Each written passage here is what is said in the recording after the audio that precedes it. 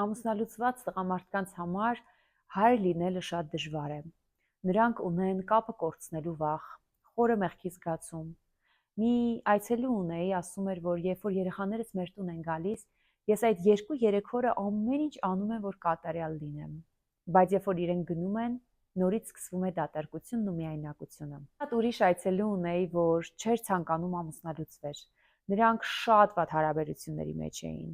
Անընդհատ վեճեր, կոնֆլիկտներ, արդեն այնքան սրված էին կոնֆլիկտները, որ երեխաների ներկայությունը անգամ նրանց չէր զսպում։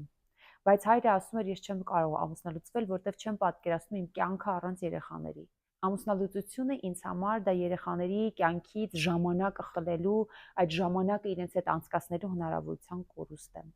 Եվ ստացվում է, որ մենք շատ հեշտ կարող ենք նայել տղամարդկանց, ամուսնալուծվեցին, կյանքը իրենց համար ազատ է, գնացին, ինչ կարող են անում են հիմա,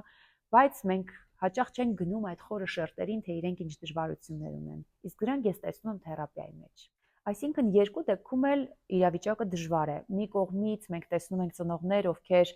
փորձում են պահել ներկայությունը, բայց հաճախականությունը փաստորեն ընդհատված է, եւ այստեղ մենք չենք կարող խոսել, որ հոր ներկայությունը միայն երեխայի հետ ապրելով է որոշվում, որտեվ այո, ծնողը կարող է երեխայի հետ չապրել, բայց երբ որ կողքին լինի, երբ որ ներկա լինի, իսկապես լինի ուշադրությամբ, իր ներկայությամբ հարուստ, հետաքրքրասիրությամբ լի հարաբերություններ, իսկ մյուս դեպքում ինքը կարող է շատ հաճախ լինել երեխայի կողքին, բայց այդ վեճերը, անբարենպաստ պայմանները իսկապես թունավորեն երեխայի կյանքը։ Եվ վախենալ, որ ես կարող եմ հաճախ երեխայիս կողքին չլինել եւ հարաբերությունը պահել, իսկապես երեխայի կյանքում ստեղծելով այդ քաոսը, դա